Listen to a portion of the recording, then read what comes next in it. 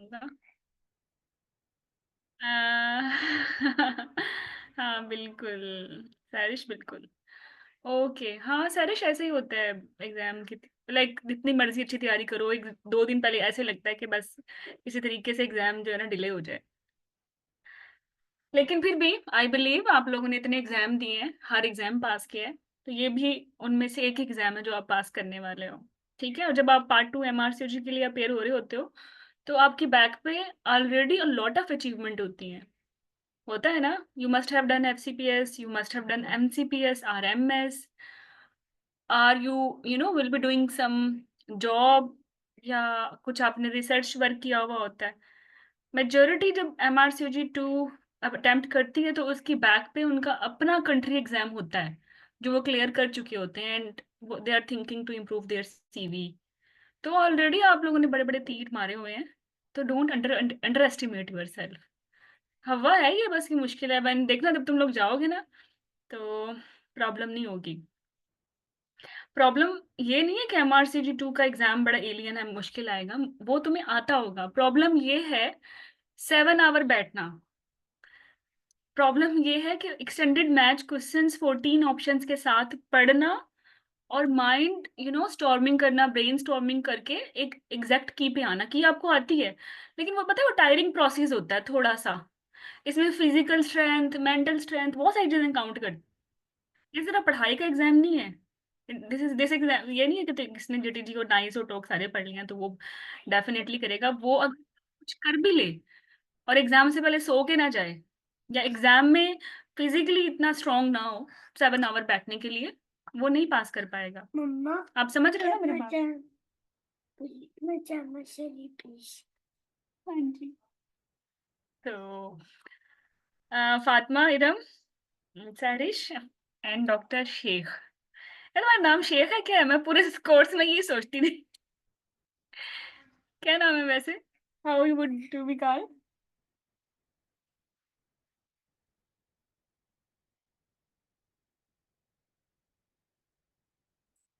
नहीं नहीं नहीं, क्या नाम है लिख दो चैट बॉक्स में, सही से मतलब बोल लूं।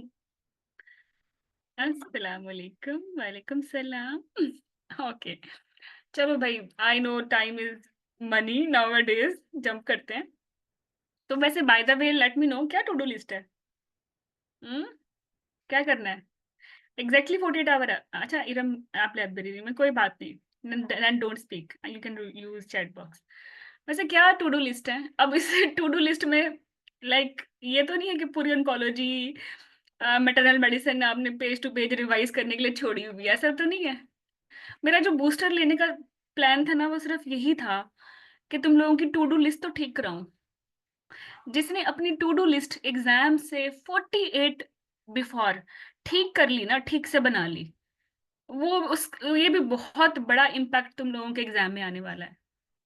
मैंने बोला ना, फिजिकल स्ट्रेंथ, मेंटल स्ट्रेंथ, नींद, ये ज्यादा ज्यादा काउंट करेंगे आपके पार्ट 2 में, because already you have done a lot of in your life. ठीक है, इसमें तो कोई शक ही नहीं है कि तुम लोगों को आता नहीं है। जहां प्रॉब्लम होनी है, जहां आप, वो यही है कि 40 आवर बिफोर आपने वन ऑफ दीज लिस्ट जो मैंने बताई है, ये भी है कि आपने रिवाइज क्या करना है। तो ये बिल्कुल नहीं करना कि labour, oncology, general gynae, biostat पूरी की पूरी तुमने टू डू लिस्ट पे डाली हो, क्योंकि पॉसिबल ही नहीं है। लाइक फरिश्ते भी बन जाओ ना, लाइक मुझे लगता है फिर भी पॉसिबल ना हो इतना जाइंट सिलेबस रिवाइज करना। तो चूज वाइजली योर टॉपिक्स। और ये भी बहुत बड़ी एक फैक्ट है कि कुछ टॉपिक्स हमेशा ऐसे होते हैं जो एग्जाम से 48 आवर के अंदर अंदर उनको अगर देख लिया जाए तो आप एग्जाम में काफी स्टेबल होते हो। और अगर विद इन 48 आवर आपने वो टॉपिक्स या वो चेक्स नहीं देखे, तो प्रोबेबिलिटी ये है कि मे बी आप इन एरियाज पे मिस्टेक्स करके आ जाओ। जैसे ऑन्कोलॉजी की स्टेजिंग अगर इन 48 आवर में रिवाइज नहीं करोगे तो फिर आप प्रोबेबली आप मिस कर दोगे कि ब्लैडर इन्वॉल्वमेंट ओवेरियन कैंसर में स्टेज 2 में है और बाकी सारे कैंसर्स में स्टेज 4 में है। ठीक है, पैरामीटर इन्वॉल्वमेंट एंडोमेट्रियम में 3B में है, तो लाइक सर्वाइकल कैंसर में ये 2B में है। ये छोटे छोटे कंपैरिजंस आज इन 48 आवर में करने जरूरी हैं। ठीक है, उसी पे ही मैं बात करूंगी। ओके, तो बस भूल जाओ कि तुम्हें क्या आता है क्या नहीं आता। Relax, take 3 times deep breath और like talk to yourself कि एग्जाम्स अपनी लाइफ में दिए हैं, ये भी एक एग्जाम है। और ये एग्जाम मेरे पढ़ने पे नहीं है, बल्कि इन 48 आवर में मैंने क्या रिवाइज करना है, मैंने कैसे सोना है, कैसे जागना है, क्या मैंने खाना है, और 7 आवर कैसे मैंने बैठ के देना है, और 14 ऑप्शंस कैसे मैंने पढ़नी है। ये चीजें मैटर करती हैं। कल मैं इसकी पूरी बॉडी दे मिल जाएगी। मैं उसके अंदर पानी डालूंगा, पजामा सिली के साथ मिक्स करूंगा ओके और ऐसे पीऊंगा। ओके, तो ये बड़ा जरूरी है। ठीक है, चलो, तो let's make to do list. और यार पॉजिटिव रहो, पता है पॉजिटिविटी, पॉजिटिव चीजें अट्रैक्ट करती हैं। गंदा सोचोगे गंदा ही होता है फिर सच में। अच्छा सोचो कि आप ही ने तो पास होना है, इतनी एफर्ट की है, इतना पढ़ा है, और मेंटली भी स्ट्रांग हो, फिजिकली भी स्ट्रांग हो, तो और किसने पास होना है? हाँ, आप ही लोग तो हो। चलो, so last moment tips and most of all भाई, गुड लक। जैसे लक बहुत जरूरी है लक बहुत जरूरी है। लक पे मैं तुम लोगों को, वैसे तुम लोगों का क्या, sorry I am taking too much time, थोड़ा तुम लोगों को रिलैक्स करने के लिए थोड़ी सी। What do you mean by luck? You believe on luck? Iram, Sairish? Chat box में लिख दो हाँ, लक तो है भाई। After hard work. Okay okay okay. What a cute emoji. वैसे तो ये इमोजी तुम सबके दिलों के हालात बता रही है। हम भी इसी इसी से गुजरे हैं, तो I can better understand. Okay देखो, 70% लक, सॉरी 70% तो आपकी हार्डवर्क की है, आपकी एफर्ट है, या हार्डवर्क में स्मार्ट वर्क डाल लो। और लक भी हो सकती है, क्योंकि कम्पिटिटिव एग्जाम है ना। इस पे ये डिपेंड नहीं करता कि आप लोगों ने कितना अच्छा दिया है, इस पे ये भी डिपेंड करता है कि जो जिस दिन जिन लोगों ने एग्जाम दिया जब आप दे रहे थे, उनमें से बुरा कितने लोगों ने परफॉर्म किया। जितने बाकी लोग बुरा परफॉर्म करेंगे, उतना आपके हक में बेहतर है, तो यहाँ लक आती है। अब बदवाएं ना मांगना बाकी लोगों का पेपर गंदा हो। मैंने बोला ना, positivity attract positive things.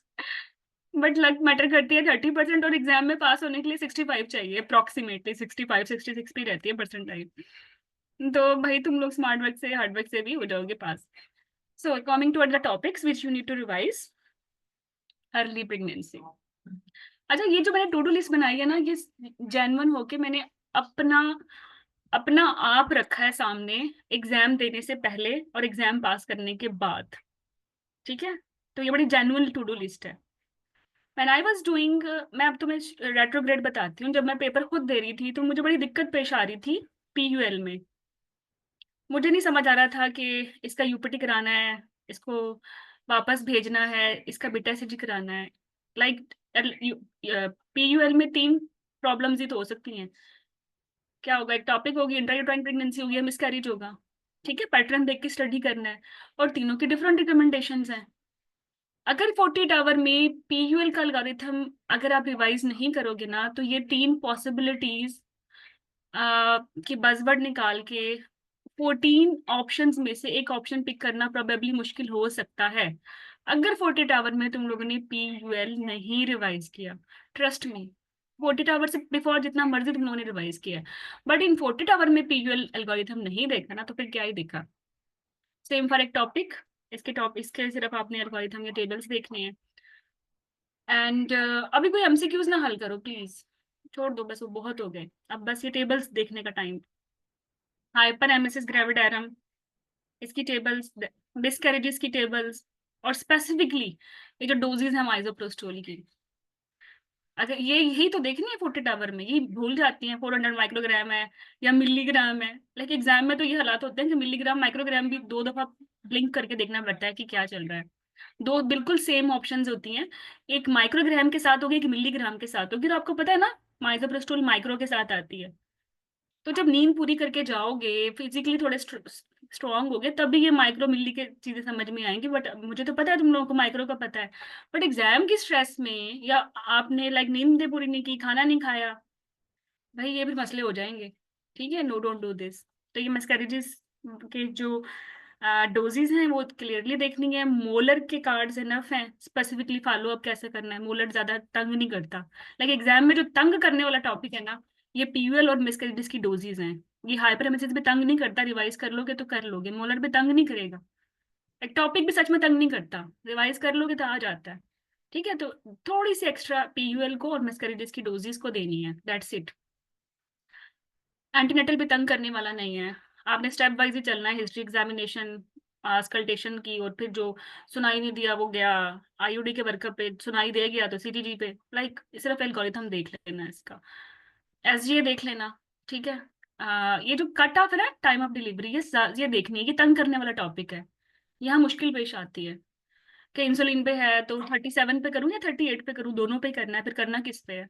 Obviously like 37 comes first, है ना? तो ये थोड़े थोड़े आपने चालाकियां दिखानी है cut off delivery, time of delivery के कट ऑफ्स पे। स्क्रीनिंग डायग्नोस्टिक टेस्ट कतन तंग नहीं करते, बिल्कुल तंग नहीं करते, सिर्फ आपने एल्गोरिथम इनके रिवाइज करके जाने हैं। ठीक है, मटरनल मेडिसिन में जो प्री कंसेप्शनल चेक्स है ना, अगर पहले अच्छे से किए थे, पता है कि किसको 1 मंथ के बाद अलाउ करना है, किसी को 3 मंथ्स के बाद अलाउ करना है, किसको 6 मंथ के बाद अलाउ करना है, तो ये तंग नहीं करेगा, वरना इसको रिवाइज एक दफा कर लेना। बाकी सुटेबल कॉन्ट्रासेप्शन तंग करती है, ये वाकई तंग करती है, ये यूके मैक 3 और 4 में ही बंदा लटका रहता है, तो यूके मैक बेसिकली इन 48 आवर में आपने रिवाइज करना है। और एक टिप है इसके लिए कि अब रिवाइज करते हुए ना, उठाओ ओसीपी कि ओसीपी के यूके मैक 4 कौन से हैं, यूके मैक खोलो पूरा, और हर हर कॉलम से देखते रहो कि हाइपरटेंशन में, कार्डियोवास्कुलर में, डीबीटी में, एपिलेप्सी में, ओसीपीज, यूके मैक 4 कौन कौन सी कंडीशंस में, सिर्फ सबके यूके मैक 4 बोल के रिकॉर्ड कर लो और दूसरी दफा सुन लेना, तो ये काफी है। ठीक है, 4 ही तंग करता है, 3 तक नहीं करता। ओके। अच्छा, लेबर एंड पोस्टमार्टम केयर में मेंटल हेल्थ तंग करने वाली नहीं है, सेफ ड्रग्स तंग करने वाली नहीं है, हमें फिंगर टिप से पता होता है कौन से देने कौन से नहीं देने, हमें पीपीएच फिंगर टिप्स पे पता होता है, इसकी डोजेस देख लेना, ये तंग कर लेती हैं। ठीक है, मतलब जैसे मैं बोलूँ कार्बोप्लास्ट कितने टाइम्स पे रिपीट करनी है, कितनी मैक्सिमम डोज है, ये तंग कर सकती है। बाकी वो मुझे पता है कि अस्थमा में लाइक कार्डियक का तो मैं सब अच्छे से समझ आती है, वो तंग नहीं करेगा। ब्रीच बिल्कुल तंग नहीं करेगा, अगर पहले अच्छे से किया, ऑब्वियसली किया। इंडक्शन ऑफ लेबर की ड्रग जरूर करनी है, जेल पैसरी की डोजेस वगैरह, ये वाकई तंग करती हैं। वी बैक की परसेंटेजेस देख लीजिएगा, ये वाकई तंग करनी है। ओब्स एल्गोरिथम बिल्कुल तंग नहीं करता, लेकिन एल्गोरिथम आपने स्टेप वाइज हाथ से लिख लेना, जल्दी जल्दी जल्दी करके। Getting my point? हम्म। तो 48 आवर में इस टेबल से तुम लोगों ने जो तंग करने वाले, तुम्हें एग्जाम में तुम्हें कहेगा काश उड़ के जाऊं और एक एल्गोरिथम देख लूं, वो पीयूएल है, वो मिसकैरेजेस की डोजेज हैं, वो टाइम ऑफ डिलीवरी के कट ऑफ्स हैं, पीपीएच की डोजेज हैं, इंडक्शन ऑफ लेबर की डोजेज हैं, वी बैक की परसेंटेजेस हैं। ठीक है। अच्छा, ओब्स एल्गोरिथम में जब मेरा दिल चाहा था ना मैं उड़ के जाऊं और देखूं, मैं कहाँ फंसी थी, मैं यहाँ यहाँ इन्होंने पूछा था 1 शॉक देना है और 2 दफा करंट लगाना है, या 2 शॉक देने 1 दफा करंट लगाना है और कितना करंट लगाना है। मैं यहाँ फंस गई, एक तुक्का मारा था खैर, लेकिन फंस गई थी। तो एल्गोरिथम इस तो डेफिनेटली आने वाला है, ठीक से कर लेना। ठीक है, यहाँ फंस सकते हो। बाकी में मुझे कोई दिक्कत पेश नहीं आई थी, and I got very good score in my part 2। Okay. अच्छा, स्कोर्स बिल्कुल तंग करेंगे, बिशप नहीं कैलकुलेट करना आना, अगर अभी इन 48 आवर में रिवाइज नहीं किया। लेबर डिलेज अल्लाह मालिक है, पता नहीं अभी तुम्हारे एग्जाम में नया देंगे पुराना देंगे, लेकिन बस ये तंग कर सकता है, पोटेंशियल है इस एरिया पे, देख लेना। ठीक है, आपको पता ना थोड़ा चेंज हो गया है, पहले जहाँ हम एआरएम कर रहे थे अब वहाँ पेन रिलीफ कर रहे हैं ना, ये देख लेना, मैंने जो कार्ड्स भेजे हैं that will be ample. CTG तंग कर सकती है, suspicious pathological pick, first step क्या है?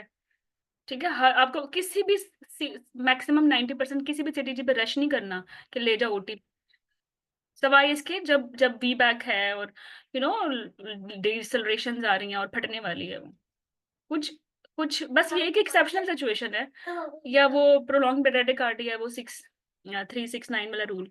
इसके अलावा किसी सिटीजी में भागना नहीं है, लेके स्टेप वाइज ही जाना। ठीक है, लेफ्ट लेटरल है, कोई कोई चीज है जो कि सिटीजी खराब कर रही है, हाइपर सिमुलेशन है, उसको एड्रेस करो। और प्लीज हाइपर सिमुलेशन की डोजेस भी देख लेना, ये भी तंग करने वाली है। ठीक है, वहाँ एग्जाम में वो जो टर्बिटोलिन की 250 माइक्रोग्राम है, मिलीग्राम है, या 25 माइक्रोग्राम है, यही फंस जाते हो। तो ये पोटेंशियल एरियाज हैं जो मैंने लाइक हाईलाइट कर लिए थे when I was preparing in post exam और ड्यूरिंग एग्जाम, जो भी मेरी फीलिंग्स थी। और I was very average candidate, probably जो मुश्किल मुझे पेश आई थी वो आपको भी आ सकती है। वेरी ऑनेस्ट रिव्यू कि स्कोर आवर में जरूर देखने हैं, ठीक है। हाँ, ये तो भाई बहुत जरूरी है, ये जेस्टेशनल ट्रोफोप्लास्टिक डिजीज की स्कोरिंग एंड एंड वीटी की स्कोरिंग। यहाँ लिखी क्यों नहीं है मैंने? I should write it. This is very important, यही तो देखनी है। अब 40 आवर में तुम लोगों ने टू डू लिस्ट में अगर कुछ इसके अलावा लिखा है तो प्लीज इसको रिमूव करो। वीटी स्कोरिंग डालो, जीटीडी स्कोरिंग डालो, बायोफिजिकल स्कोरिंग डालो, सीटीजी को देखो, एपका स्कोरिंग डालो, ओजीटीडी वैल्यूज देखो। और तुम लोगों को लाइक ओजीटीडी की वैल्यूज बात खत्म नहीं हो जाती है, डिलीवर हो गई, आपने वहां तक जाना है कि पोस्टमार्टम फास्टिंग वैल्यू क्या है, एच बी ए1सी की वैल्यू क्या है, ठीक है। किस पे मॉडरेट रिस्क है, किस पे लो रिस्क है, ये एक मेरी लाइक ई बुक में ही टेबल है। Will be ample, do it, ये जरूर करना है। हाइपरटेंशन की वैल्यूज प्रीक्लैम्सिया में डिफरेंट है, और क्रॉनिक हाइपरटेंशन के बाद पोस्टमार्टम डिफरेंट वैल्यूज है। ड्रग्स इसकी ब्रेस्ट फीडिंग के साथ डिफरेंट है, ये वाकई तंग करती हैं, ठीक है। बाकी तुम लोगों को आता है, नो। ओएचएसएस वाकई ही तंग करेगा, कब एडमिट करना है और स्पेसिफिकली कितना वॉल्यूम है, और पोटेशियम ज्यादा है या सोडियम ज्यादा है। पीक स्कोरिंग देखनी है आपने, ठीक है। यूरोडायनामिक्स की वैल्यूज देखनी है, सारी ब्लैडर कैपेसिटी, रिट्रोसिव प्रेशर, वो आपको वैल्यूज देंगे। ग्राफ तो खैर दिया भी तो पढ़ने लायक नहीं होता, इतना गंदा इमेज होता है, तो हॉइबर सिनेरियो से इंटरप्रेट करना पड़ेगा कि कहाँ जाना है, ठीक है। और ये डुएबल है, 40 आवर में ये चीजें यहाँ पर आराम से रिवाइज कर सकते हो। और ये वो पोटेंशियल एरियाज है, अगर रिवाइज करके चले जाओगे तो 20-30% पॉजिटिव इम्पैक्ट। और जो ये टू डू लिस्ट में कचरा डालेगा इसके अलावा, वो बाकी कचरा साबित होगा।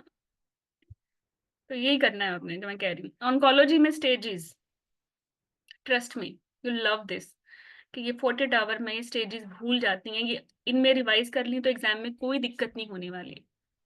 स्टेज वाइज ट्रीटमेंट, और हर कैंसर की फर्स्ट इन्वेस्टिगेशन है, जैसे आपको पता है ना, लाइक ओवेरियन में सीटी है, हाँ, सर्वाइकल में एमआरआई है, और रिकरेंस में पैट सिटी है। तो ये चीजें केयरफुली देखनी है, यही तो बजबड़ है।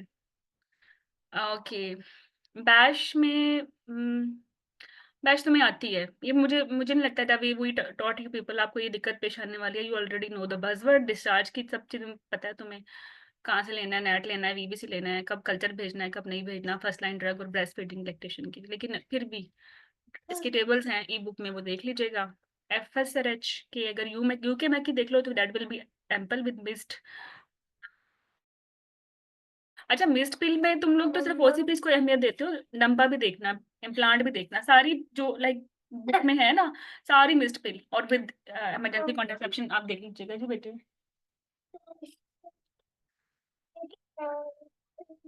क्या हेल्प चाहिए? Just 2 minutes. अच्छा मैं बताती हूँ। ओके, अच्छा जनरल गायनी में आ जाओ। एचएमबी के सिर्फ कोई ये तंग नहीं करेगा। अब तंग करने वाले मैं बता दूं, स्टेजेस तंग करेंगी अगर इन 40 आवर में तुमने नहीं देखा। एफएसआरएच तंग करेगा, अगर एंटीबायोटिक्स पहले अच्छे से नहीं की तो तंग कर सकती हैं। और मेक श्योर लैक्टेशन की और की तुम अपने अपने माइंड में अलग से रजिस्टर करो इन 40 आवर में। जनरल गायनी में एचएमबी तंग नहीं करेगा, मेनोरिया बिल्कुल तंग नहीं करेगा, ना यूटाइनामलिस तंग करती है। Maternal medicine general gynae overall तंग नहीं करती अगर अच्छे से किया हुआ है, लाइक 40 आवर में रिवाइज ना भी करो तो आराम से एमसीक्यू कर लेते हो। इनफर्टिलिटी, अगर आपने मेरा लेक्चर किया तो इट्स एनफ फाइन, बहुत बहुत एम्पल है, ठीक है। और आई विश कि आप इसकी लैब्स देख लें, टीएसएच की वैल्यूज, एफएसएच की, टेस्टोस्टेरोन की, सी 17 हाइड्रोक्सी प्रोजेस्टेरोन की, ये वैल्यूज देख लीजिएगा। और जो, हाँ, इसमें वैसे 40 आवर में रिवाइज करने वाला कोई टॉपिक नहीं है, लेकिन मेक श्योर कि डील भाई किसको कर रहे हो, ये जरूर जहन में रखना है। बजवर्ड को दोबारा से देख लेना। देखो 39 पे करना आईवीएफ ही है, लेकिन अगर आपके पास पहली दफा आई है तो इन्वेस्टिगेशन तो इसकी भी करनी है, ovulation test, tubal patency, semen analysis. Got my point. तो ईएमक्यू में कहीं ना कहीं एक कोने खुदरे में 39 वाली की भी, कि इन्वेस्टिगेशन वो आपने मिस नहीं करनी। क्योंकि मे बी आईवीएफ के लिए वो लॉजिकली ना हो, अगर एएमएच बहुत गंदा है और हम उसको लाइक आईवीएफ की 2 एग्स पे ना जाएं, तो ये आपने बजवर्ड मिस नहीं करने। और फीमेल फीमेल का रोला भी होता है उसमें, आईयूआई हो रहा होता है, जल्दी में फीमेल नजर ही नहीं आती पार्टनर। हाँ यहाँ बजवर्ड। और यहाँ तो भाई तुम लोग सो के नहीं गए ना, तुम जो सो के नहीं गए ना वो पेपर ही देने ना जाए। और जो एग्जाम से 30 मिनट बिफोर अगर सेंटर नहीं पहुंचा वो भी पेपर देने ना ही जाए। ये पेपर इस चीज का है ही नहीं कि तुम्हें कितना आता है। ये पेपर इस चीज का है कि तुम कितने स्ट्रांग हो, कितने मेंटली कंपोज्ड हो। और लाइक मेंटली स्ट्रांग से मुराद क्या है? खा के नहीं जाओगे क्या? हाइपोग्लाइसीमिया, लाइक शुगर चाहिए ब्रेन को, आउट हो चुके हो जनाब। 8 घंटे की नींद नहीं ली ना, तो ईएमक्यूज तुम कर ही नहीं सकते। मैं ये नहीं कह रही कि तुम्हें आते नहीं है। ईएमक्यूज में 2 इतनी स्ट्रॉन्ग क्लोज ऑप्शंस होती हैं कि एक अलर्ट माइंड, जिस जो प्रॉपरली फेड माइंड है, प्रॉपरली स्लेप्ट माइंड है, वो ही देख सकता है इनको, और तो कोई नहीं देख सकता। ठीक है, तो बस अगर सो के गई हो, खा के गई हो, इनफर्टिलिटी तो हो गया तुम्हारा। जेनेटिक्स की पेडिग्री देख लेना, और specifically autosomal recessive, autosomal dominant, x linked recessive, x linked dominant. Please please please please, वहां बैठ के सोच रहे हो कि हीमोफीलिया एक्स लिंक था, रिसेसिव था, ऐसे मतलब सो के नहीं जाओगे ना, ऐसे दिमाग में फोगी हुआ हुआ होता है, गुस्सा आ रहा होता है इतना। डोंट डू दिस, ठीक है। टीचिंग सीखे तंग नहीं करता, लेकिन फिर भी टीचिंग में एक एक बस डॉक्टर स्मैरा ने जो बताया वो that will be enough. I wish I can test it, I can take teaching class, मैं ले नहीं पाई। और बायोस्टैट मारिया ने जैसे पढ़ाया, अगर तुम लोगों ने सुन भी लिया है ना तो कहीं नहीं जाने वाला, लेकिन आई विश के इसके जो 15 फार्मूलेज है ना वो देख लीजिएगा। और स्टडी डिजाइन में ये जरूर देख लेना कि पैरामीट्रिक है नॉन पैरामीट्रिक है, मतलब टेबल्स, ठीक है। That's enough. तो ये तंग कर सकते हैं, स्टडी डिजाइन तंग कर सकता है, फार्मूला अगर याद ही नहीं आया तो लगाओगे क्या? और इस दफा तुम लोगों को पता ना कैलकुलेटर अलाउड है। ईमेल आ गई है तुम लोगों को? हीरा, कोमल, यू गॉट द ईमेल कि कैलकुलेटर अलाउड है? चलो जान छुटी। कल बूस्टर था एमआरसीओजी वन का, तो दे वर टेलिंग मी, मैं कहा तुम लोग तो मुंह जो गई, हमने तो बगैर कंप्यूटर के किए, कैलकुलेटर के दिया था। मैं तो लाइक जमा तफरीक भी सही से नहीं आती इस उम्र में, तो फंस गई थी। तो like it's good thing for you people. चलो, तो अब डील है, करोगे ये सारी चीजें? अगर तुम ये चीज करके जाते हो ना, और एक कैंडिडेट उससे कंपेयर करते हो खुद को, जिसने 12 महीने पढ़ा है, जिसने दुनिया भर के कोर्स लिए हैं, सब कुछ किया है, लेकिन वो कैंडिडेट जो इन फूड के टावर में फोकस करता है अपनी नींद पे, खुद को कंपोज करने पे, सुबह खा के जाने पे, टाइम पे पहुंचने पे, और ये वाले टेबल्स अगर वो the way I am telling you करके जाता है ना, तुम लोग लाइक ईएमक्यूज तो अच्छे करोगे ही, और वो भी छोटे छोटे एरियाज जहाँ बाकी लोगों में पोटेंशियल है मिस्टेक्स करने का, आप लोग नहीं करोगे। और ये एग्जाम लक पे है 30%, इस ये एग्जाम इस बात पे डिपेंड करता है कि ये जो 48 आवर हैं ये किसी कैंडिडेट ने कैसे स्पेंड किए। तो आप अच्छे कर लो, क्योंकि दूसरे की बुरी परफॉर्मेंस भी तो आपके लिए अच्छी है ना। ठीक है, चलो तो बायोस्टैट सिर्फ फार्मूला, स्टडी डिजाइन्स, टीचिंग के बजवर्ड कौन से टीचिंग है, कि हर एक के बजवर्ड हैं, जेनेटिक्स की पेडिग्री स्पेसिफिकली जो मैंने बोला है, इनफर्टिलिटी के बजवर्ड, स्टेप वाइज अप्रोचेस, वो भी एल्गोरिथम मैंने बनाई दिए थे, वही देख लेना। जनरल गायनी के सिर्फ एल्गोरिथम्स, और ऑन्कोलॉजी स्टेज स्टेट वाइज और स्कोरिंग तो पूरी की पूरी। इंशाल्लाह इंशाल्लाह इंशाल्लाह।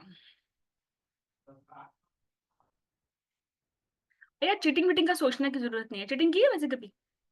कुछ सेंटर्स में हो भी जाती है वैसे, दुख हुआ मुझे बाद में, हो जाती है, बट इस चक्कर में ना पड़ना।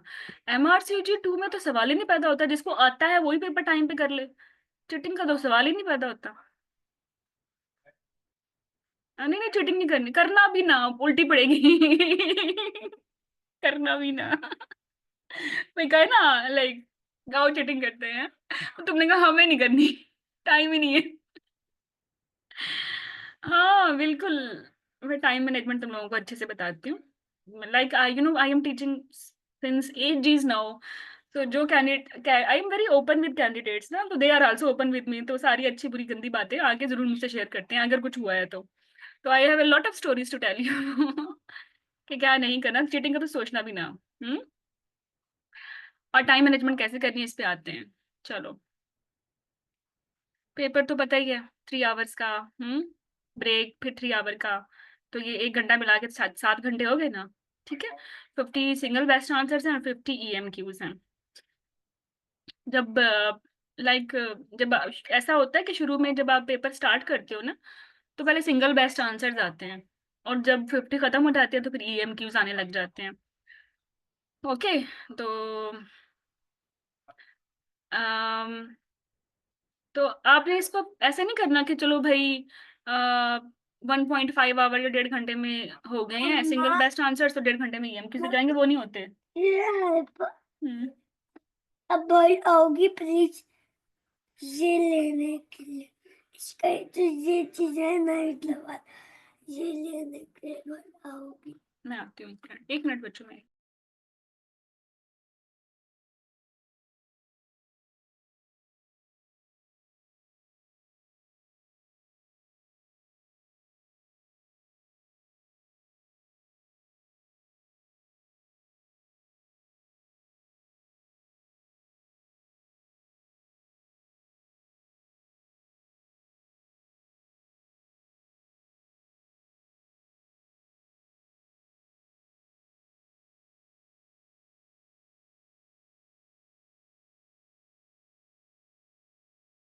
ये, अच्छा, तो मेरा आई बार, तो देखो 1 घंटा, 1 घंटे में तुमने SBS करनी है, 2 घंटे EMQs के लिए देने हैं। तो ये टोटली अप टू यू कि पहले SBA करने हैं, EMQs करने हैं, लेकिन इस चक्कर में पढ़ना ही ना, जो आ रहा है बस वही कर लो।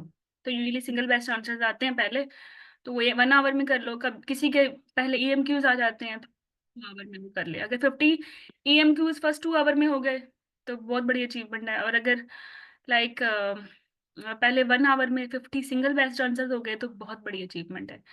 ये एग्जाम इस बात का तो है ही नहीं कि तुम लोगों को आता है या नहीं आता, ये एग्जाम इस बात का भी है कि तुम लोगों की टाइम मैनेजमेंट कैसी है। मतलब अच्छे से आते भी है सिंगल बेस्ट आंसर्स तो फायदा, जब तुमने 2 घंटों में सिंगल बेस्ट आंसर्स किए। प्रैक्टिकली 1 आवर में आप कर ही नहीं सकते EMQs 50, वह वैसे खराब हो जाएंगे, पढ़ ही नहीं पाओगे पूरा। ठीक है, चलो। मैंने हाउ टू अटेम्प्ट EMQs की मैंने क्लास ली थी, बड़े दिल से ली थी मैंने। उस पे अप्रोच उसी के मुताबिक EMQ सॉल्व करने हैं आपने। फर्स्ट 1 आवर पहले करो, बाद में करो। बस 1 घंटे में सिंगल बेस्ट आंसर्स करो और 2 घंटों में EMQs करो, ठीक है। होएवर अवॉइड करो इम्पोर्टेड आवर में जंक फूड्स, घर का खाना खाओ सादा, और हाइड्रेटेड रखो खुद को। रात को जरूर सोना है, सोने के ना काफी मसले मसाइल होते हैं, स्ट्रेस है ऑब्वियसली, हर एक का अपना रिस्पॉन्स है। तो अब ये बच्चा है, इसके पास इसकी अम्मा है तो सो गया आराम से, तुम लोगों को क्यों नींद नहीं आती भाई? क्यों? अच्छा, हीरा जुबैर सिंह, अगर 1 आवर में SBA ना हो तो छोड़ नहीं, हम क्यों स्टार्ट कर? नहीं नहीं हीरा, छोड़ना तो कुछ भी नहीं है। शुरू से ही the from very first question आपने स्ट्रेटजी ये बनानी है कि मुझे 1 आवर में अपने सिंगल बेस्ट आंसर्स करने हैं, ठीक है। ये सेकंड में कैसे होगा इसको मैं बताती हूँ तुम्हें, कम करके कैलकुलेट। अगर हमारे पास चलो मैं सोचती हूँ, तुम लोग भी सोचो। ये तो अच्छा हो गया ना। भी कर लेते हैं। सेकंड में 3 आवर एंड 180 मिनट्स है, ठीक है, और 50 SBAs है। आ, हमने इसका लाइक, यार मेरी तो मैथ बहुत ही बुरी है, बताओ ना कैसे करेंगे? 60 मिनट और 60, आई थिंक 60 मिनट है, 1 मिनट में ही होगा। हाँ, 1 मिनट में सिंगल बेस्ट आंसर करो, 2 मिनट में EMQs करो। This is simple, simple math यही है। हम्म। नहीं, शुरू से ही ऐसे रखना, छोड़ मत देना। SBA से मार्क्स ज्यादा अच्छे आते हैं अगर आप उनको अच्छे से टाइम के साथ मैनेज करते हो, क्योंकि वो सबको ही आ रहे होते हैं। अगर आप वहां गलती करके बैठ गए तो इसका भी आपको खमियाजा भुगतना पड़ेगा। हाँ, अप्रोक्सीमेटली 1 एंड 15 सेकेंड्स बनते हैं, 1 मिनट एंड 15 सेकेंड्स। अच्छा, नींद का मसला देखो, बस मैं तो अपने आप को खैर, माइंड ट्रिक्स ही है ना, कि कैसे सुलाना है, कैसे जगाना है। मैं तो लाइक मैं तो फिर ये सोचती हूँ कि देखो, हमने मेहनत की है और we have trust on almighty कि वो मेहनत का अजर देता है, ठीक है? तो जब अल्लाह पे ट्रस्ट करके सोओगे तो आ ही जाती है नींद, ऐसे ही नींद आएगी। जिसको लाइक ऑलमाइटी पे ट्रस्ट है वो वैसे ही सोएगा जैसे ये बच्चा जिसको अपनी माँ पे ट्रस्ट है सो गया है, ठीक है? माँ ने क्या ही कर लेना है, वो भी तो एक ह्यूमन ही है ना। बेसिकली ट्रस्ट तो पीछे अल्लाह का ही है। तो ट्रस्ट ऑन हिम। ये एग्जाम है, इतने बड़े बड़े तुम लोगों ने लाइक जिंदगी में जो है ट्रायल्स देखे हैं। हाँ तो दिस इज नथिंग। क्या ख्याल है ना? घबराने की बात है? इतना कुछ जिंदगियों में तुम लोग डेफिनेटली देख चुके हो ना। आप इस लाइफ के जिस हम लोग जिस एज पे हैं या जिस लाइफ के टाइम लाइन पे हैं, like we have seen so many things. तो क्या एग्जाम से डरेंगे? Just remember like I have gone 3 major surgeries, I lost my mother, I face Palestine issue, मैं बड़ी डिस्टर्ब रही उससे। So many things. तो ये चीज़ें तो मसले वाली हैं ही नहीं ना। I clearly remember when I was preparing for my own exam, तो मेरी फैमिली में एक बहुत बड़ा इशू चल पड़ा। आउट ऑफ नोवेयर मेरी भाभी ने एक सिटी स्कैन कराया और उस पे आ गया hepatoma and I couldn't sleep. I love her so much और हेपाटोमा और दुनिया भर की हमने इन्वेस्टिगेशंस कराई और सो मेनी थिंग्स, और एग्जाम भी साथ साथ चल रहा था। तो मेरी स्टडी पार्टनर मुझे कहती थी ये नहीं किया तुमने, वो नहीं किया। She was Indian.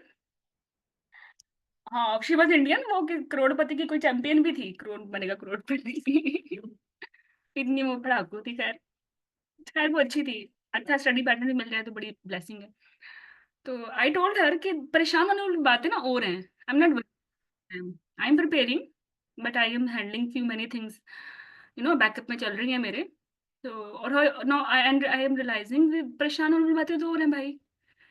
तो देख लेंगे एग्जाम भी हो जाएगा यू नो दुआ मांगी अल्लाह से। और लाइक विद दैट थिंग वो सिटी स्कैन बाद में ठीक है, वो रिपीट होने पे ठीक हो गया, लेकिन वो बड़ा एक वीक जो था वो बड़ा हम सबके लिए मुश्किल गुजरा। एंड आई रियलाइज्ड कि the most important thing in your life is your family, not these exams. Exams इसलिए देते हैं ना कि like we we live quality life with our family. तो डोंट इसको ज़्यादा इतना बोदर नहीं करना। अपनी हेल्थ खराब करो, अपनी मेंटल हेल्थ खराब करो, या अपने से जुड़े प्यारे लोगों को डिस्टर्ब करो, ठीक है? चलो, बाकी but if you can't cope up with stress, stress तो कुछ लोग होते हैं, मैं भी ऐसी ही थी। वंस अपॉन अ टाइम नींद नहीं आती थी एग्जाम में। तो दो ऑप्शंस है ना, एक तो सो के ही ना जाओ, और दूसरा कोई कहे कि यार क्या तुमने स्लीपिंग पिल्स ले ली, तुम्हें किस बेवकूफ ने बोला था स्लीपिंग पिल्स लो, एग्जाम से हैंगओवर हो गया, सोती रह गई, पकड़ो उसको जिसने बोला था। लेकिन पर्सनली मुझे लगता है कि जो सो के नहीं गया वो उसका तो कोई सवाल ही नहीं पैदा होता ना इस 7 आवर के एग्जाम में कुछ भी करने का। दो कैंडिडेट्स बचे जो सो के गए, एक खुद से सो गए और एक स्लीपिंग पिल लेके सो गए। स्लीपिंग पिल भी केयरफुली देखो, ये लेक्सोटिनल या ब्रोमेज़ेपिम 3 से हैंगओवर नहीं होता। इंडक्शन स्लीप इंडक्शन भी इंपॉर्टेंट है ये, मैंने मैकेनिज्म भी लिख दिया साथ में। एंजाइटी टेंशन खत्म होती है थोड़ी सी और आपको विद गुड फेथ आ जाती है नींद। और सुबह अच्छी स्ट्रॉन्ग सी कॉफी पी के जाओ, यू आर ऑल वेल। तो आप उस कैंडिडेट से फिर भी अच्छे हो जो सोया नहीं है। आप सो के तो गए हो, तो आइट्रोजेनिक मेथड से, लेकिन फिर भी अच्छा है। अच्छा एंजाइटी इशू नहीं है, सिर्फ लाइक थकावट है तो पीसीएम ले लो, पैल्पिटेशन है तो इंटरवाल ले लो। ये एडिशनल चीज़ें हैं जो आपको साथ में सपोर्ट कर सकती हैं, लेकिन सबसे बड़ी चीज़ आपकी अपनी विल पावर है, ठीक है? ये 48 आवर गुजारना मुश्किल है। मुझे लगता है कुछ जंगी चल रही है पीछे कोई तो चॉकलेट के लेके जाना अलाउड है? हाँ अलाउड है, मैं तो ले गई थी, मुझे तो किसी ने कुछ नहीं कहा। अच्छा लग रहा था लाइक एसबीएस करने के बाद ईएमक्यू स्टार्ट किया तो फिर चॉकलेट खाई थी और बूस्टर ही मिला था एकदम से अच्छा सा। हाँ एसबीएस आसान भी थे, वैसे भी अच्छा लग रहा था मुझे लगा ईएमक्यूज भी आसान होंगे। अच्छा हाँ, ईएमक्यूज आसान ही होते हैं लेकिन थोड़ा टायरिंग होते हैं, लंबे लंबे होते हैं ना, 24 24 तो 14 14 लाइक इवन 17 तक ऑप्शंस होती हैं, वो टायरिंग है। लेकिन अगर लाइक आप स्ट्रेंथ है आप में तो वो पढ़ लोगे। तुम लोगों ने 7 7 घंटे सर्जरियां नहीं की हुई, खड़े होगे, रोजे नहीं खोले हुए ड्यूरिंग सर्जरी, और बगैर बगैर सहरी के नहीं किए हुए रखे हुए। तो तो वैसे अल्लाह मियां ने बिल्ट इन हम डॉक्टर्स में रखी हुई है। ठीक है। फातिमा सेड रिपीट क्वेश्चंस भी होते हैं, रिपीट क्वेश्चन तो होते हैं, हाँ, लेकिन कीज रिपीट नहीं होती, क्योंकि जो आप भी रिपीट करोगे ना, आप भी आगे एग्जाम लाइक क्वेश्चंस बताओगे, तो वो तो नहीं होंगे ना जो आपने खुद देखे। तो मुझे ये लगता है कि जो आपकी अंडरस्टैंडिंग है, आपकी अप्रोच है, that matters. However exam questions आपको सिमिलर लगेंगे, आपको पता होगा ये आए हुए हैं पेपर में, ये देखे हुए हैं, लेकिन डोंट रिलाई ऑन कीज। जो कीज अभी की हैं उनको वहां ना क्रैम करके आना, आपने उसी रियल टाइम पे उस स्टेटमेंट को पढ़ के बज़वर्ड पिक करके आपने अप्रोच करनी है, because you know first line approach different है, इनिशियल डिफरेंट है, एप्रोप्रिएट डिफरेंट है, किसी भी एक बज़वर्ड के साथ एप्रोप्रिएट चेंज हो जाती है। स्ट्रैटेजी के हाँ स्ट्रैटेजी के आ जाते हैं, यू कैन से 8 9, but it depends on luck as well. Okay चलो, चेकलिस्ट है बिफोर लिविंग होम। अपने जो आईडी कार्ड्स हैं, प्राइमरी कार्ड वो ले जाइएगा साथ, और पासपोर्ट है, ड्राइविंग लाइसेंस है, एडिशनल कोई भी स्पोर्टिव है वो ले जाइएगा, स्नैक ले जाइएगा, ब्रेक में आपको इस्तेमाल खाने की जरूरत पेश आएगी, कोई भी कोल्ड सैंडविच बना लीजिएगा, ताकि लाइक गर्म करने वाला मसला भी ना हो। कॉफी लवर हो तो कॉफी सेशन ले जाइएगा, 2 PCM साथ ले जाइएगा, सेकंड पेपर से पहले ले लीजिएगा। ठीक है। 8 घंटे सो के जाना है और 30 मिनट अर्ली पहुंचना है, इसमें तो कोई कंप्रोमाइज नहीं है, ब्रेकफास्ट करके जाना है। ठीक है। मेडिकल इशू है, बैक सपोर्ट चाहिए, या फिर कोई लाइक आई स्ट्रेन इश्यूज हैं, आप कोई ब्लू लाइट ब्लू फिल्टर के फिल्ट्रेशन के लिए इस्तेमाल करते हो, ग्लासेस, जैसे मैं भी लैपटॉप यूज करते हुए ग्लासेस लगाती हूँ just to avoid the rays, ये फिर आप साथ लेके जा सकते हो, it's up to you. Washroom please please attend करके जाना घर से ही। और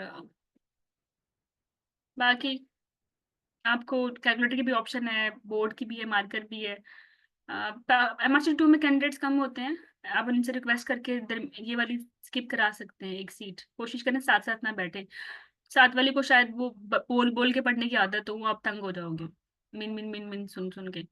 ठीक है। ट्यूटोरियल सुनना जल्दी से, flag options wisely, highlight options use कर सकते हो। एग्जाम एंड नहीं करना पेपर 1 में ना, सबमिट करना है प्लीज। आप कुछ नजर नहीं आया तो जूम इन जूम आउट की भी ऑप्शन होती है। होल क्वेश्चन पढ़ना है। EMQs में पता है क्या होता है? EMQs में ना यहाँ इतनी सारी चॉइसेस होती हैं कि आपको लगता है ये आखिरी चॉइस है, हालांकि यहाँ स्क्रॉल करके नीचे जाना होता है। ठीक है। और फिर आपको 2 3 और नजर आती हैं, तो EMQs में ये स्क्रॉलर देखना है प्लीज। ओके। एग्जाम बस अल्लाह का नाम लो, शुरू करो, 3 दफा गहरी सांसें लो, और tell yourself that you are going to do it. Easy questions आप अटेम्प्ट करते रहो, जिनमें थोड़ा सा भी दिमाग लड़ाना है उनको स्किप कर दो, एंड पे करना। ठीक है। और बायोस्टेट भी एंड पे करनी है, बस वर्ड देखनी है अच्छे से, और जो चीज़ है बस वो है, अज्यूम नहीं करनी। जैसे बाय डिफॉल्ट सारी डिलीवरी टर्म की है और नॉर्मल डिलीवरी है, वाई यू आर अज्यूमिंग ये प्री टर्म है और इसका जो है सेक्शन होता है। If there are buzzword they will be quite obvious. बाकी एक दफा पढ़ेंगे स्टेटमेंट, कुछ बज़वर्ड नजर आएंगे दोबारा पढ़ेंगे, ज्यादा अच्छे नजर आएंगे, हर स्टेटमेंट 2 दफा पढ़नी है। ठीक है। अ, और फिर उसके बाद जंप नहीं करना EMQs पे या सिंगल बेस्ट आंसर्स पे, आपने आइडियल की विजुलाइज करनी है और फिर वो ढूंढनी है, अगर मिल जाए तो ठीक है, या उससे अच्छी मिल जाए तो ठीक है, या फिर उस जैसी मिल जाए, आप इसको ये मेथड पे पिक कर सकते हैं। लेकिन पहले खुद से एफर्ट करनी है कि बनाने में, फिर आप पढ़ोगे 14 ऑप्शंस या लाइक 5 चॉइसेस, तो फिर आप आराम से पिक कर लोगे, ये एक अच्छी माइंड ट्रिक है। और बायोस्टैट के लिए मार्कर, अब तो खैर कैलकुलेटर भी लाभ हो गया है। सारी ऑप्शन ठीक है तो स्ट्रॉन्ग ऑप्शन ठीक चूज कर लो, आपको लगता है सारी खराब है तो फिर जो कम खराब है वो चूज कर लो, लाइक एक्सक्लूजन मेथड। और जिस पे कुछ भी नहीं आता ना, अब अक्कड़ बकड़ ही करनी है, तो लाइक अगर सिंगल बेस्ट आंसर है तो यूजुअली ए लाइकली होती है, B C D में से कुछ भी आ जाता है। ठीक है। तो कभी किसी में बी कर लेना, किसी में सी कर लेना। वैसे आई नो तुम लोगों को मसला पेश नहीं आएगा, because I believe in you people. I saw your messages, the way you are reasoning. तो तुम लोगों को इंशाल्लाह मसला पेश ये नहीं है कि तुम्हें आता नहीं है, आता तुम्हें सारा ही होगा। बस मसला यही होगा कि how you will cope up tiring exam और ये सब चीजें जो मैंने साथ साथ तुम्हें बताई हैं। ठीक है, ओके। गॉसिप वॉसिप नहीं करनी। जो आपको 1 आवर मिलेगा ब्रेक का, उसमें नमाज वगैरह पढ़ लीजिएगा, सो जाइएगा, थोड़ा सा नैप ले लीजिएगा। वैसे नैप तो थोड़ी ना आती, फिर भी कोशिश कर ले थोड़ा आंखों को रेस्ट नहीं, क्योंकि फिर 3 घंटे कंप्यूटर पर चिपक के बैठना है आंखें लगा के। And with full confidence and faith, go like warriors and be successful. We all will pray for you and think about this day. And this, this thing will push you to fight for each question. इसको तो अपने DPO पे लगा लो, मतलब बार बार आपको kick मिलती है पढ़ने की। One day you will attend your convocation. Convocation के लिए कोई हाई हील चूज कर लो, अपनी ड्रेसिंग कैसी पहननी है, एंड उसको इमेजिन करो कि मैं जा रही हूँ अपना ना सर्टिफिकेट लेने, क्लैपिंग हो रही है पीछे, तो ये बड़ा अच्छा लगता है। इस चीज को फील करो। इट विल, ये रात को सोने नहीं देगी, और आपको नो किसी लेस चीज पे सेटल होने नहीं देगी। ठीक है, good luck. Any query? Hina, Hira, Fatima, Komal, भी जिया। इसी तरह डन करना है पहले कि अपने अपनी सेट कर लेनी जो भी आंसर होगा, फिर वो EMQ में हमने चर्चा करना है, उसमें ऐड करना है। इस तरह करते हैं। हाँ बिल्कुल, 2 दफा ऑप्शन पढ़ोगे ना बजवर्ड खुद ही बन जाते हैं। बजवर्ड नहीं भी बनते ना तो बजवर्ड मार्कर मैं तो लिख लेती थी साथ वाले उस पे ना, वो जो इरेजेबल बोर्ड मार्कर होता है, कि ये मेरे बजवर्ड हैं। क्योंकि बार बार बजवर्ड को ढूंढते रहो स्टेट, बार वो तो नहीं फिर पढ़ना ना। फिर दूसरी रीडिंग में अगर कोई एडिशनल बजवर्ड नजर आता है वो भी साइड पे लिख लो, फिर उन बजवर्ड के आप तावीज बनाओ और उसका सर्कल बनाओ, दिमाग की माइंड मैपिंग करो, कनेक्शंस बनाओ, और फिर कोई यार अब ना ये सिनेरियो तो हाइपर स्टिमुलेशन का है ना, आई शुड सर्च समथिंग जिससे ये ट्रिब्यूटल टाइप टोकोलोसिस हो रही हो ना, तो आपकी आंखें ठीक देखेंगी ठीक। सेक्शन को, आपकी आंखें देखेंगी नॉर्मल डिलीवरी को, आपकी आंखें ढूंढेंगी टर्बिटल को। और वो मे बी ऑप्शन एफ हो, जी हो, रही हो, 3 टर्बिटल के साथ आ गई, उनमें से मे बी किसी में हाइड्रेशन हो तो 2 आउट हो गई है, लेफ्ट लेटर के साथ है तो वो 1 भी आउट हो गई, फिर डोज क्रॉस चेक कर लेना, इजी हो जाएगा बाय ठीक। This way. Thank you ma'am. Welcome.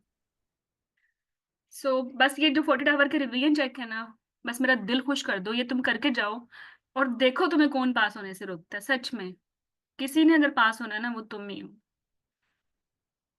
सच में। तुम लोग मुझे पहचानते हो, जानते हो मैं बड़ी मीडियोकर स्टूडेंट रही हूँ, लाइक। और मुझसे तो बड़े बड़े 30 मार खान मैंने लाइफ में देखे हैं। And I always think so, I talk to my Allah, मैं कहती हूँ अल्लाह भी आपने मुझे बनाया है ना, मैं तो मुझसे ज्यादा हसीन लोग होंगे, मुझसे ज्यादा पढ़ाकू होंगे, बड़े लकी होंगे, मैं कहा अल्लाह भी आपने मुझे बनाया है ना, मुझे मेरी लक दी है ना, मतलब कुछ सोच के बनाया ना मुझे। जब फलाना बंदा ये कर सकता है ना, मैं क्यों नहीं कर सकती? Why not me? Like why not me? If anyone can pass, why not me? मतलब हर चीज में जो कोई कर रहा है ना, पंगा जरूर लेना चाहिए। और वो ना अपने अपने ऊपर ट्रस्ट रखो। आपको अल्लाह पे ट्रस्ट है, अपने आप पे ट्रस्ट है, भूल जाओ सबको। और राइट लेफ्ट ना देखो, सीधा देखो, सिर्फ सीधा सामने। ठीक है, तो if I am here, I am mentoring. मैं तो कभी सोचा भी नहीं था मैं मेंटोर करूंगी, कर रही हूँ। मैं तो कभी सोचा भी नहीं था पार्ट 2 लाइक कोई पढ़ाएगा उर्दू में। और पढ़ा रही हूँ, और लोग पढ़ते हैं भाई। लोग भी तो,